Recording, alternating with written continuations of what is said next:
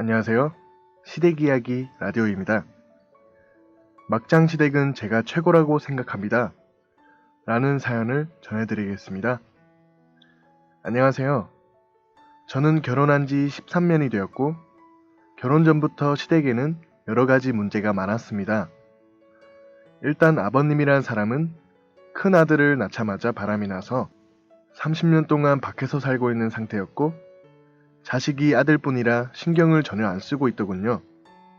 신랑이 형제 중 둘째인데 형보다 저희가 먼저 결혼을 하게 되었고, 결혼을 하면서 어머님 아버님이 지금이라도 잘 사시길 바라는 마음으로 이제 그만 들어오셔서 남은 여생이라도 행복하게 사시라고 설득했었습니다. 그래서 아버님이 들어오시고 어머님께서도 받아주셨지만 그게 더 큰 불행의 시작이었으며, 그동안 수없이 많은 일들로 기가 막히고 황당한 일이 있었지만 얘기가 길어지는 관계로 팩트만 말씀드릴게요. 이젠 아버님이라고 안 하고 그 인간이라고 부를 예정이니 이해해 주셨으면 좋겠고, 일단 그 인간은 재산이 하나도 없이 몸만 들어왔고 어머님께 땅, 가게, 아파트, 오피스텔 등 재산이 조금 있었습니다. 그 인간은 빈둥빈둥 놀면서 어머님을 협박하고 때려서 최고급 차에 양복도 맞춤만 입고 이 여자 저 여자하고 놀고 다녔습니다. 어머님께 아무리 이혼하라고 해도 증거가 없어서 이혼을 못 하신다며 매일같이 미루시더군요. 진단서를 끊어서도 수백 장은 될 텐데 증거가 없다고 하시니 너무나 답답했고, 그런 인간을 사랑이라도 하신 건지 의문이 들 지경이었습니다. 그런데 이번에는 땅을 내놓으라며 집에 불을 지른다고 신나를 사다 놓고 때리고 협박하여 그럼 땅을 줄 테니 이혼해달라고 하니까 웬일로 이혼을 해주겠다고 했답니다.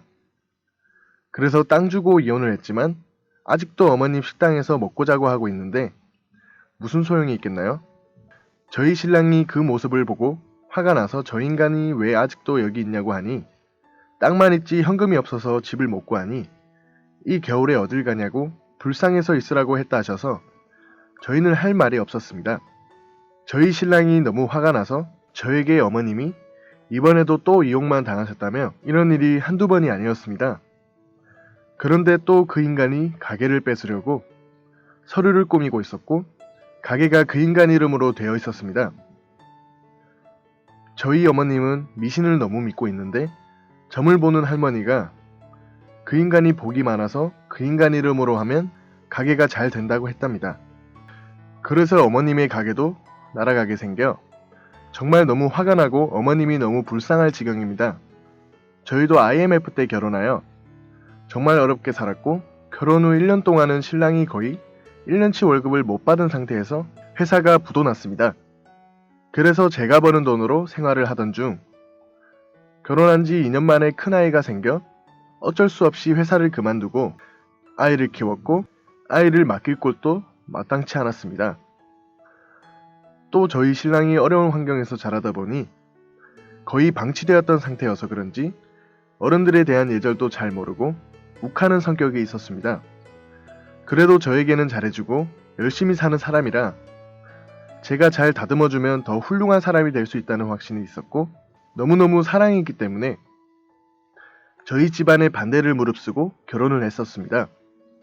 아무튼 그래서 저희 아이만큼은 엄마 손에서 자라게 하고 싶은 마음에 제가 좀 아껴 쓰면 되니 정말 알뜰하게 월급 120만원 받으면 80만원씩 저축하며 살았습니다.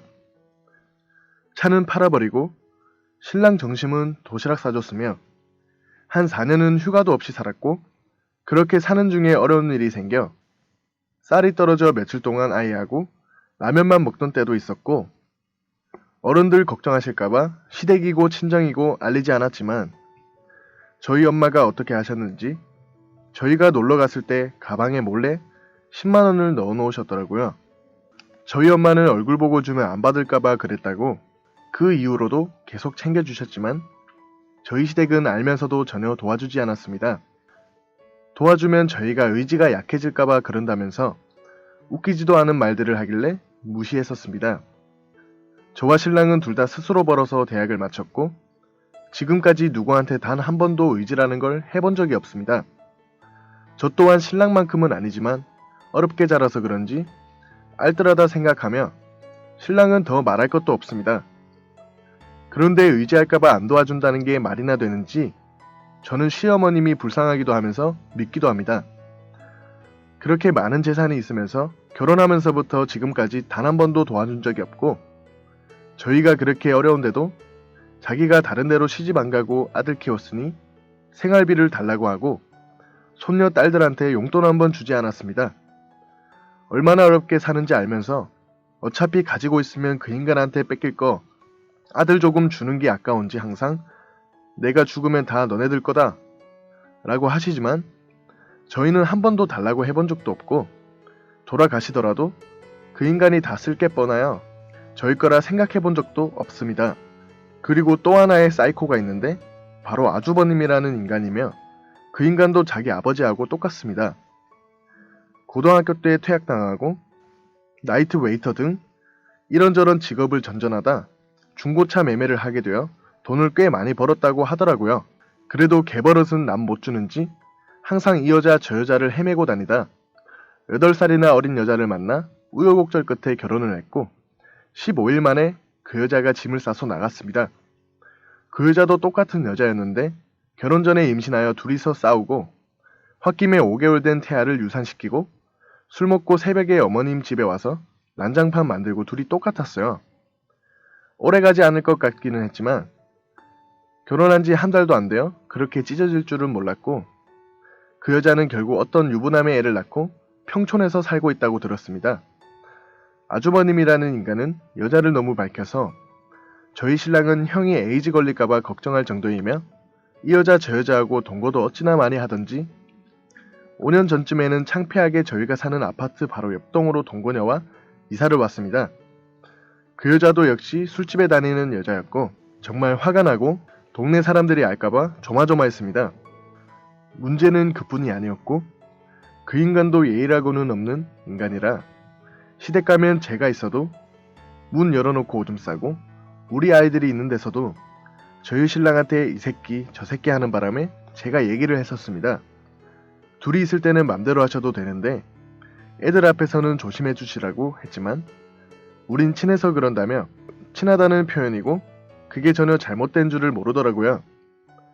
그리고 저희 아파트에 어떤 물건을 갖다 놓고 저희 집 비밀번호를 눌러서 수시로 들락날락거리는 바람에 샤워도 맘대로 하지 못했고 알고 보니 그 물건은 세금을 안 내려고 불법으로 사들인 물건이었습니다. 저는 물건들 전부 가져가라 했지만 그랬다고 저희 신랑한테 온갖 욕을 다 하면서 난리도 아니었습니다. 이 인간 얘기도 다 말하자면 길지만 명절 때 있었던 이야기 하나만 하자면 5년 전쯤 동거했던 그 술집 여자와 그 사이에 5번은 헤어졌다 만났다를 반복하며 역시 애를 제가 아는 것만 3번 정도 낙태를 했습니다. 그러더니 작년에는 잘 살아보려고 마음을 먹은 건지 혼인신고를 하고 명절날 오기는 오는데 음식 다 하면 저녁 때 와서 음식이 맛이 있네 없네 하면서 먹기만 하고 설거지 한 번을 안 하더라고요. 명절날에 한 번도 아침을 같이 먹어본 적이 없었고 작년에 혼인신고까지 했는데도 안 하길래 그냥 넘어가려다 올해도 그러길래 그 인간한테 전화해서 오늘 음식하러 안 오시냐고 했더니 대뜸 저에게 하는 말이 왜? 내가 음식하러 안 가서 뭐가 잘못이야? 내가 약속 있어서 못 갔다 왜?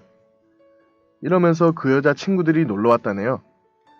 나이가 42인데 그 친구들도 가정이 없는 같은 부류의 여자들이니 명절 때 친구네 집이나 놀러 다니고 그러겠죠.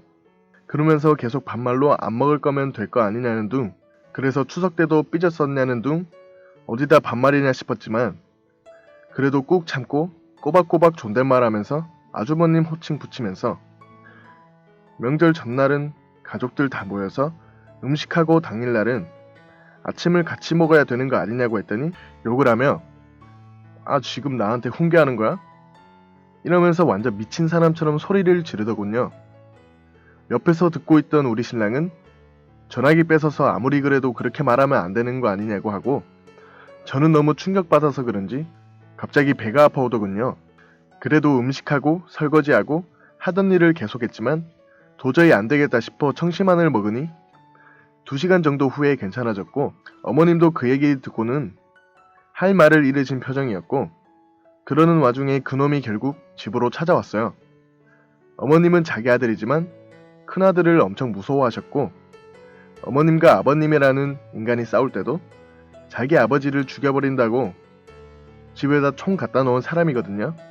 자격증이 있으면 살 수 있는 그런 총이라고 들었지만 시아버지는 집에 불을 지른다고 신나 사다 놓고 아주버님은 총 갖다 놓고 정말 애들 데리고 시댁 가는 게 무서웠지만 어머님이 불쌍해서 지금까지는 갔었습니다. 아무튼 그놈이 저희 신랑 붙들고 1시간 정도 얘기하더니 가버렸고 마누라 단속 잘 하라는 식의 얘기였더라고요. 저는 정말 많이 울었고 내가 왜 이런 콩가루 시댁에 지금까지 왔을까 하며 억울하고 분하지만 제가 이런 시댁에 올 수밖에 없는 결정적인 이유가 있었습니다. 저희 친정엄마 때문인데 저희 엄마와 아빠는 동네에 소문난 인꼬 부부였지만 제가 21살에 아빠가 암으로 돌아가시고 우울증에 많이 시달리셨어요. 그래도 저랑 제 동생이 잘하는 편이라 그 낙으로 살아가시지만 아빠는 이 세상 법 없이도 사실 뿐이라 항상 주변에서 존경받는 인물이셨습니다. 그리고 아빠가 돌아가셨을 때도 문상객이 너무 많이 와서 병원에서도 놀랄 정도였습니다. 저도 어릴 때부터 아빠 같은 사람 만나고 싶었고 엄마 아빠처럼 사이좋게 살고 싶다고 생각할 정도로 모범적인 분이셨습니다. 이런 환경이었기 때문에 제가 어떤 이유로도 시댁과 인연을 끊는다는 걸 엄마는 큰일 나는 일이라고 생각하셨습니다. 엄마가 속상해할까봐 지금까지는 그냥 참고 살았는데 이번에는 엄마도 시댁이 그만 가라 하시더군요. 이젠 정말 그만 가려고 마음먹고 명절 전날 그 난리를 치고도 마지막이라 생각하고 명절 당일날 가서 어머님과 아침 먹고 설거지하고 왔습니다. 그리고 어머님께 소란 일으켜서 죄송하다고 말씀드리며 이번엔 도저히 그냥 못 넘어가겠다고 했더니 그래도 정초에 그러면 서로 안 좋으니까 저보고 참으라고만 하시더군요. 그래서 알겠다고 한 뒤에 그 인간한테 명절 다음날 예의는 지키면서 기분 나쁘게 장문의 문자를 보냈습니다. 저에게 그렇게 막대하시고도 저희를 다시 볼 생각은 아니시겠죠? 저희가 인연을 끊음으로써 어머님께서는 더 외로워지시겠죠? 좋은 사람 만나서 잘 사시길 바랬는데 역시 출신도 천하고 예의도 없는 똑같은 인간 만나서 한심하게 사시네요. 이번엔 찢어지지 말고 제발 행복하게 잘 사세요. 그리고 동생이 아직도 코 올리기 어린애라고 생각하시는데 그 생각 바꾸고 본인부터 잘하세요. 라며 다시는 보지 말자고 문자를 보냈습니다. 신랑도 지금은 화나 있는 상태지만 그래도 핏줄이니 저처럼 완벽하게 끊지는 못하겠죠? 그 콩가루 집구석을 확실하게 끊지 못하는 신랑에게도 화가 나지만 저는 이 정도면 참을 만큼 참았다 생각하고 미련 없이 끊더라도 제 속이 좁은 건 아니겠죠? 혹시라도 제 사연 들어보고 다른 생각이 있으시다면 댓글로 조언 부탁드리고 싶습니다. 라고 사연을 보내주셨습니다. 오늘도 사연 보내주신 분께 감사드리며 앞으로도 많은 사연 들려드릴 수 있도록 하겠습니다. 구독과 좋아요는 큰 힘이 됩니다. 감사합니다.